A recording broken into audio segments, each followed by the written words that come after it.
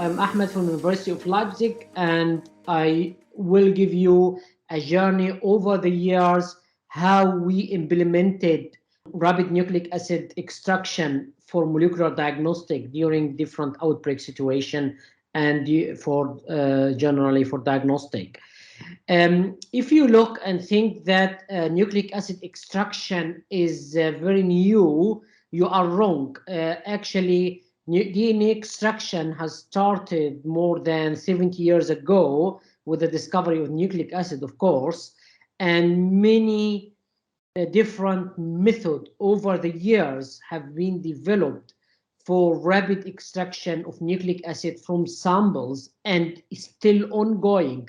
So the thing is that we have every year new method, new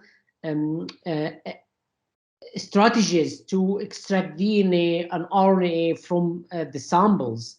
And of course, if you ask yourself the best method or the method, everybody, whatever you go any lab in the world, you will find this column-based method where you need to do several centrifugation and wash steps, and this is always the standard, and I'm sure QIAGEN kits or QIAGEN kits is everywhere in the world where the people do this simple spin column technology. And then with live technology, they have introduced this magnetic bead based, where instead of silica gel to bind DNA and RNA, they have a magnetic bead to do that. But as you see, several steps of purification, washing, elution, and so on, and all of that take too much time. And if you are working in a routine molecular diagnostic laboratory, you said, okay, we cannot do this because usually it's 2 hours in order to do that. And for that, these very nice companies again come in play and have produced for us a very sophisticated, a very complex, and a very expensive automated machine, which if you are a central laboratory doing tons of coronavirus sample per day, it works perfect.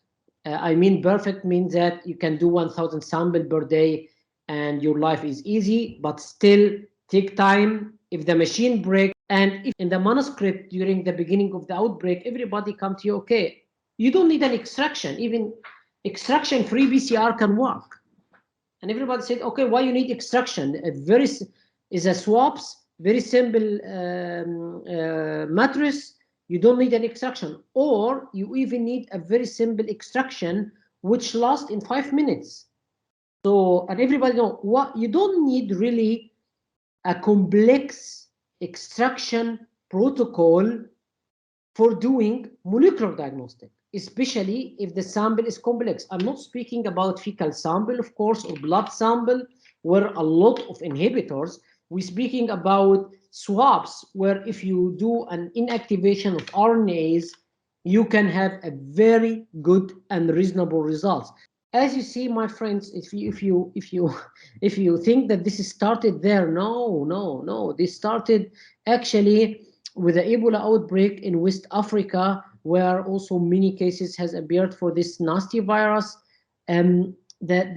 We started there with the simple extraction protocols, because you see, if you have a patient coming with Ebola symptoms, which much danger than coronavirus, I must admit, that you see, guys, you can extract it very fast.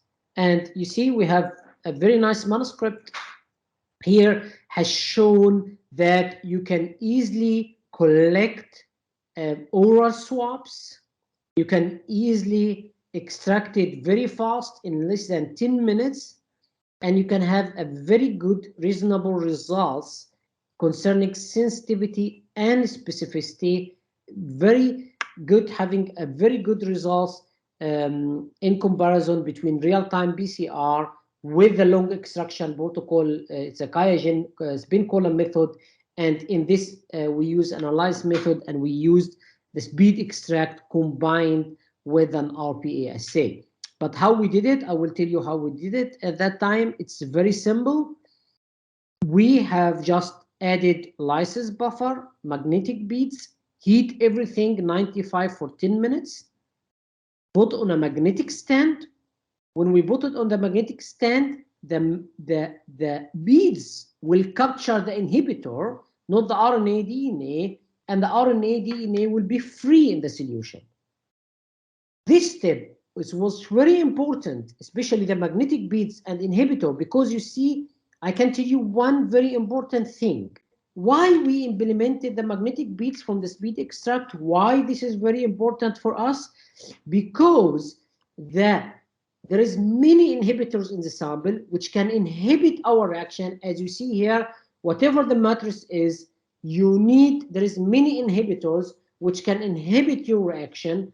In order to avoid that, the magnetic bead there, not to capture the DNA, but capture the inhibitor. And we call this, in our way, reverse purification. This method helped us, for example, for extracting nucleic acid from fecal samples, because fecal sample is very complex. Here we take an example is a paratuberculosis, which is a disease in animal. And as you see, we have tried almost 11 different protocols where we have specific detergent included, proteinase K, proteases, ultrasonic, without ultrasonic, bead beating, vortexing, whatever. We tried several methods and almost 11 protocols in order to see which one fits very good for this fecal sample testing. And the one I'm showing you now, it's the one which get very good, because you see Mycobacterium, they have a very strong membrane and it's not easy to break. And in addition to that, you have the high background from other microorganisms and also from the fecal sample itself. And what we have done is that we have put directly 5 microliter lysis buffer. We vortex together with glass beads for 1 minute, very strong, vigorous vortexing. Then we added 60 microliter from the magnetic beads, incubate everything for 95 degrees for 15 minutes. Then we put everything on magnet. Of course, the magnet will take all the inhibitors. The fluid is free. The DNA and RNA is free in the fluid, and you can take it for the next step. But in this case, we needed to perform 1:5 dilution. You can say, oh, it's a very complex approach. No. It's 3 biometric strip approach. It takes almost in our hand less than 25 minutes, but you can imagine our normal protocol for Mycobacterium avium subspecies paratuberculosis take almost 4 hours. And I'm very happy that this standard protocol have helped us during a DFG project together with Dr. Kamal El-Toum and Julius Okuni from Sudan and Uganda, respectively, where they have implemented this for paratuberculosis routine diagnostic in their laboratory. And if you see, here is the long 4-hour protocol using the DNA blood mini kits, and here is our MAP SpeedXtract protocol. And you can see this is using the RBA technology, which is an isothermal amplification technology. You can detect, you see, in maximum 15 minutes your pathogen, negative is negative, and as you see, we have only 1 cycle or a 1 minute difference between both. But you can see that even with this quick, we call it quick and dirty protocol, quick and dirty, you can see that we can have a very good results. We have, of course, compared this with our real-time, our QIAGEN long protocol with real-time PCR, and our simple protocol with RBA, and you see we have a very good comparative results, more than 90% similarities between the assay can be achieved, which is a great achievement. And you see it's a fecal sample and it's very complex, and it's Mycobacterium paratuberculosis, which is an add-on for complexity because it's this strong membrane, as you know. So I hope everybody is follow, because I will get you more excited. I show you how you extract from swabs. I show you how you extract from fecal sample, and then I will move a little bit to blood.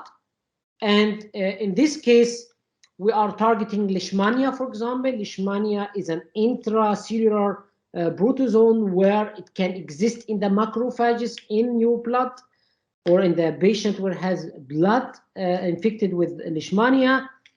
You see, blood is very complex. You have the RBCs, white BCs, serum, and plasma, whatever, and you are targeting the cells, the leukocytes, and how we can do extraction this way. It's always very difficult and not easy to perform. And what we have done is that we have just incubated magnetic beads with enrichment buffer, and see this time it's not the lysis buffer, is an enrichment buffer which it changes the surface of the magnetic beads. And by doing this incubation 3 minutes at room temperature, what will happen is that the magnetic beads will capture the intact cells. And this is the trick. So if you put the magnetic beads enrichment buffer, intact cell will be captured on the magnet. You can take all the RBCs out or all the background out, and you are sure that your RBCs is still linked to your magnetic beads. Then you put lysis buffer, incubate for 10 minutes at 95 degrees centigrade, and by this you can get your DNA and RNA. Here you both DNA and RNA, there is no difference. And if you put it on magnet again, you can take it out and you have your sample. And surprisingly, when we did this in the field, you will not believe it. As you see, our protocol even better than the QIAGEN protocol and also the boil and spin protocol for Leishmania. We have a project together with George Ademovo from Nigeria, and in this way we would like to test for 6 pathogens: Plasmodium, which within the RBCs, Salmonella and Streptococcus, which sometimes within and sometimes outside. Rickettsia is within the cell, and we test for dengue and yellow fever, which is intracellular. There are some pathogens intracellular, you need to break the leukocytes. There are some pathogens freely floating, and you need to do all of that. So that means you have intracellular, in RBCs, outside. Of course, no person will have everything. Maybe malaria and dengue, malaria and chikungunya, malaria and salmonella, but you never find everything in the same patient. But of course, it's a screening study, and you need to test for all of them. You cannot just take the sample and try 5-6 extraction in the field. This will be horrible. For that, we have said, okay, what we can develop to capture all of that. And this is a very, was a very challenging project, and Solomon, Muhyiddin, and Elijah, they have did a great job to establish this protocol. The first thing, they put RBCs lysis buffer. You lyse the RBCs. Of course, everything will be red, but the Plasmodium is now outside. If you put the enrichment buffer, the magnetic beads incubate for 3 minutes, what will happen? You remember now, the magnetic beads will capture any cells, bacterial cell, parasite, or even the leukocytes. And after that, you put the lysis buffer, and then you lyse for 95 degrees at 10 minutes. When this happens, again, all the inhibitors will bind to the magnetic bead. This time, you put it in magnet and you take your DNA and RNA out. We compared our standard protocol, which is with the QIAGEN standard extraction protocol, and against our protocol, which I just mentioned to you, and 2 other protocols, and you see it's very, very close between our developed protocol and the standard protocol from QIAGEN. The adventure will be continued, and we have this very nice project with Shalendra and Jana from Sri Lanka, and we have tested, okay, can we extract DNA from skin lesion, either biopsy or aspirate or skin scraping? And as you see, we have developed the same thing. We take the sample. This time we put magnetic bead lysis buffer, but this time not only doing the lysis 95 degrees for 15 minutes, we have included, like, this use it for tooth. We included to crash the skin sample a little bit to get a clue what is going on. And again, the magnetic beads will capture the inhibitor, DNA and RNA is out. And as you see, we tried this directly in the field in Sri Lanka, And as you see, we have seen that this is our positive control. The bunch biopsies is the best. Lesion aspirate and skin scrubbing is not that perfect that in less than 15 minutes you can extract Leishmania dunovani from skin sample. While we are also doing this one, and as you see, we have a long-standing cooperation with Danish Mundal, where we have done all this Leishmania work also, and you see the nice faces from Bangladesh, from the International Center for Diarrhea Disease Research, Rajastri, Onek, and Faisal. And as you see, we can also directly extract with the same skin protocol Leishmania dunovani from sandflies.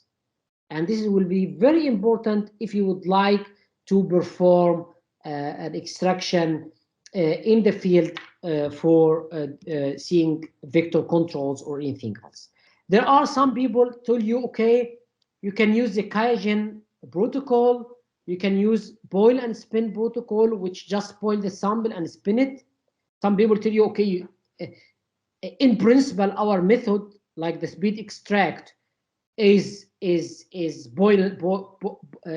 boiling, yeah, with lysis buffer. So why not boil and spin? But as you see, we have discovered that you see for boil and spin you need a high centrifuge, which will not work in the field. But for SpeedXtract, you don't need the high-speed centrifuge, but of course you need a magnetic rack. Yeah, and also the number of pipetting steps for skin you need 2, for blood 4. Boil and spin the same, but if you compare it with QIAGEN kits, you need more pipetting step, and this will be difficult to perform in the field. Now I reached a summary, so I hope you enjoyed our journey of using rapid extraction from swabs to blood to fecal sample to complex sample to skin to sandflies. So giving you an overview about how we can do with this very nice method, and I would like to summarize this in few steps.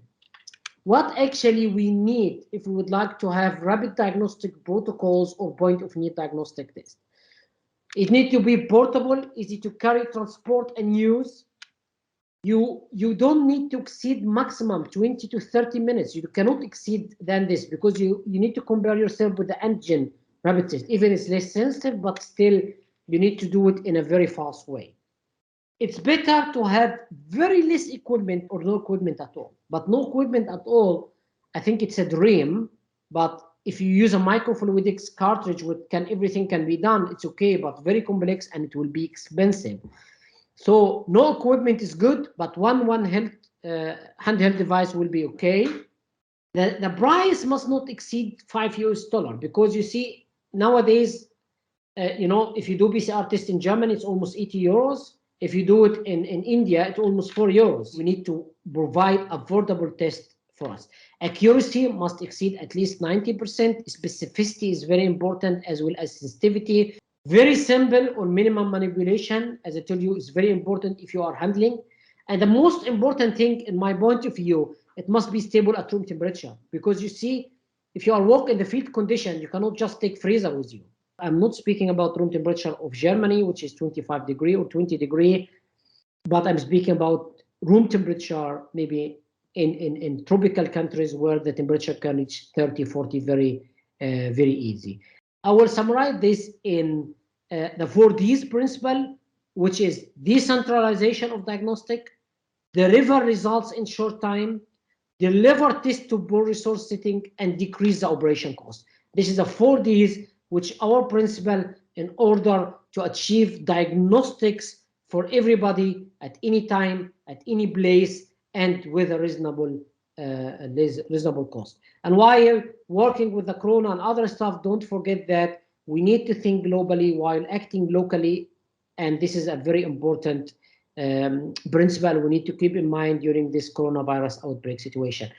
Of course, all what I have presented never see the light without the collaboration of everybody mentioned here. Manfred Weidmann, he's the one who introduced me to a whole field together with Frank Hufert, and Andy, of course, he started. He was the one who started with us this Ebola journey and all this adjustment and everything. Without the collaboration from Amadou Zal from Senegal, Omar Faye, and all the guys from Institute Pasteur Paris, Madagascar, Guinea, our co-partner in Nigeria, Congo, Sudan, Uganda, Ghana, and as you see, our nice team of Dinesh Mundal in Bangladesh, as well as Jana and Chalendra in Sri Lanka. With all this collaboration all over the world, we never have a chance to implement and test all this protocol and make it available for everybody.